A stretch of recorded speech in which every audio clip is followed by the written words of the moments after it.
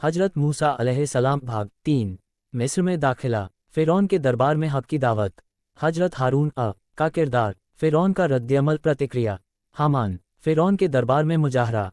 हजरत मूसा अलैहिस्सलाम की एक नबी की हैसियत से मिस्र को वापसी और हजरत हारून अलैहिस्सलाम को रिसालत का मनसब अता किया जाना।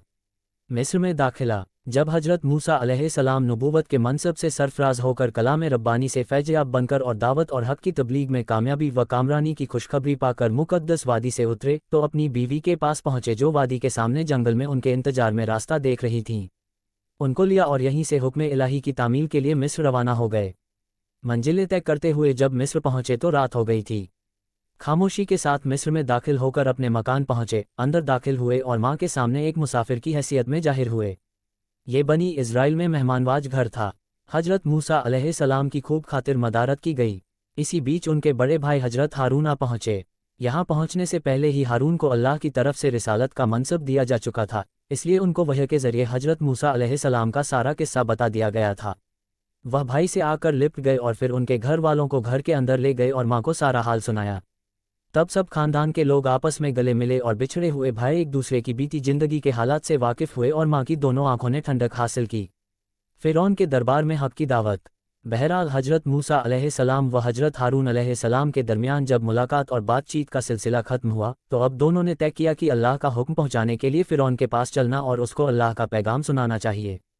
इस गर्ज से दोनों भाई यानी अल्लाह के सच्चे पैगंबर व नबी फ़िरौन के दरबार में पहुँचे और बगैर कोई डर और ख़तरा महसूस किए दाखिल हो गए। जब फ़िरौन के तहत के करीब पहुँचे तो हजरत मूसा व हारून अलैहिस्सलाम ने अपने आने की वजह बयान की और बातचीत शुरू हुई। और मूसा ने कहा, ए फ़िरौन, मैं जहानों के परवरदिगार का भेजा हुआ रसूल हूँ। मेरे लिए किसी तरह ज़ैबा नहीं कि अल्लाह पर हक और सच के अलावा कुछ और कहूँ। बेशक मैं तुम्हारे लिए तुम्हारे परवरदिगार के पास से दलील और निशानी लाया हूँ, पस तू मेरे साथ बनी इज़राइल को भेज। अल-आराफ 7:104-105। फ़िरौन ने जवाब में कहा, क्या हमने तुझको अपने यहाँ लड़का सा नहीं पाला और तू हमारे यहाँ एक मुद्दत तक नहीं रहा और तूने उस जमाने में जो कुछ काम किया वह तुझे खुद भी मालूम है और तू नाशुक्रगुजार है। 26:19। हजरत मूसा अलैहिस्सलाम ने कहा, मैंने वह काम मिस्री का कत्ल जरूर किया और मैं चूक जाने वालों में से हूँ, फिर यहाँ से तुम्हारे खौफ से भाग गया, फिर मेरे रब ने मुझको सही फैसले की समझ दी और मुझको अपने पैगंबरों में से बना लिया। ये उसकी हिकमत की करिश्मासाजियाँ हैं और मेरी परवरिश का यह एहसान जिसको तू मुझ पर जता रहा है। क्या ऐसा एहसान है कि तू बनी इज़राइल को गुलाम बनाए रखे। 26:20-22। फ़िरौन बोला फ़िरौन क्या मानी है परवरदिगार आलम के। 26:23।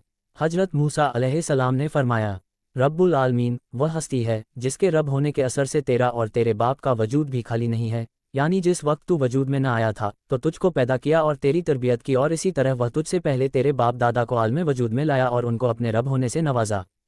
फ़िरौन ने जब इस खामोश कर देने वाली और ज़बरदस्त दलील को सुना और कोई जवाब न बन पड़ा तो दरबारियों से कहने लगा, मुझे ऐसा मालूम होता है कि यह जो खुद को तुम्हारा पैगंबर और रसूल कहता है मजनू और पागल है। हजरत मूसा अलैहिस्सलाम ने जब ये देखा कि उससे अब कोई जवाब नहीं बन पड़ता तो सोचा ये बेहतर है कि ज़्यादा दिलनशी अंदाजे बयान में अल्लाह के रब होने को वाज़ेह किया जाए, इसलिए फरमाया, ये जो पूरब और पश्चिम और उसके बीच सारी कायनात नज़र आती है उसका रब होना उसकी कुदरत में है, उसी को मैं रब्बुल आलमीन कहता हूँ। तुम अगर ज़रा मी अक्ल से काम लो तो इस हकीकत को आसानी से पा सकते हो। एक बार फिर हजरत मूसा ने फ़िरौन को याद दिलाया कि जो रास्ता तूने अख्तियार किया है ये सही नहीं है, बल्कि रब्बुल आलमीन ही वह जात है जो परस्तिश के लायक है और उसके मुकाबले में किसी इंसान का रब होने का दावा करना खुला हुआ शिर्क है।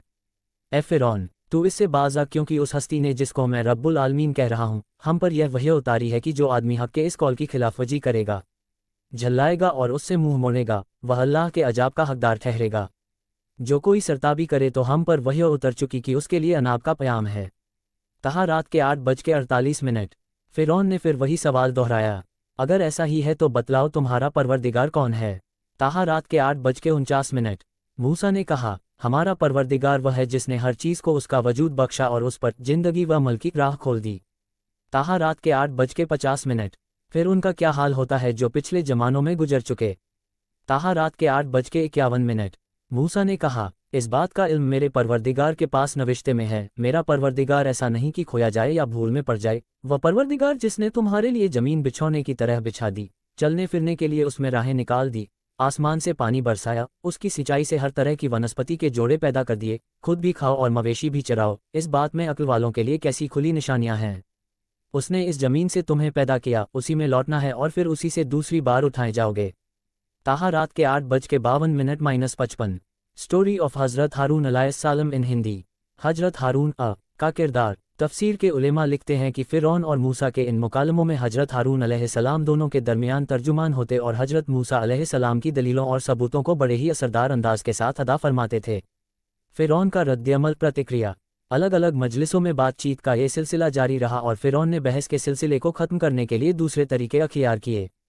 आखिरकार उसने अपनी कौम को मुखातब करते हुए कहा, और फ़िरौन ने कहा, ए जमाअत, मैं तुम्हारे लिए अपने सिवा कोई खुदा नहीं जानता।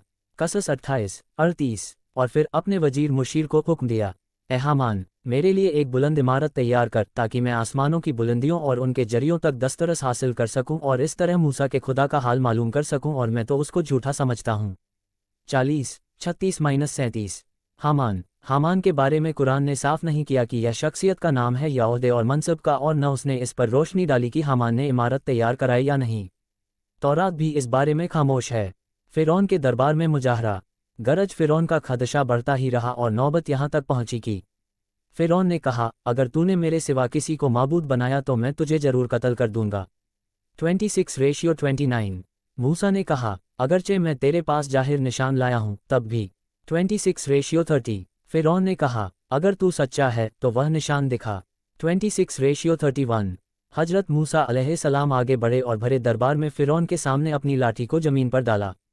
उसी वक्त उसने अजगर की शक्ल अख्तियार कर ली और यह हकीकत थी, नज़र का धोखा न था। और फिर हज़रत मूसा अलैहिस्सलाम ने अपने हाथ को गिरेबान के अंदर ले जाकर बाहर निकाला तो वह एक रोशन सितारे की तरह चमकता हुआ नजर आ रहा था।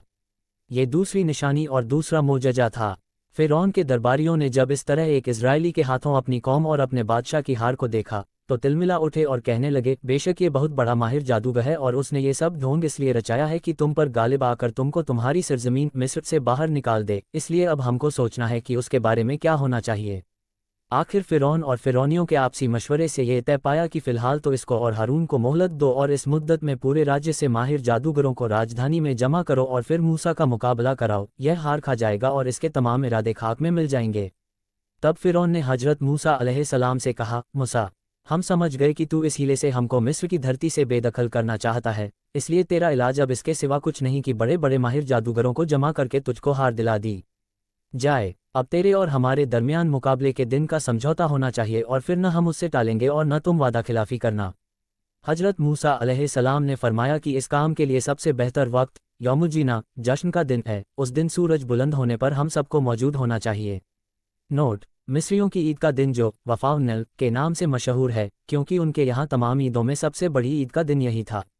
गरज हज़रत मूसा अलैहिस्सलाम और फ़िरौन के दरमियान यौमुजीना तय पाया और फ़िरौन ने उसी वक्त अपने जिम्मेदारों और दरबारियों के नाम हुक्म जारी कर दिए कि पूरे राज्य में जो भी मशहूर और माहिर जादूगर हों उनको जल्द से जल्द राजधानी रवाना कर दो। To be continued. इंशाअल्लाह अगले पार्ट 4 में हम देखेंगे जादूगरों की हार और फ़िरौन का रद्द-ए-अमल।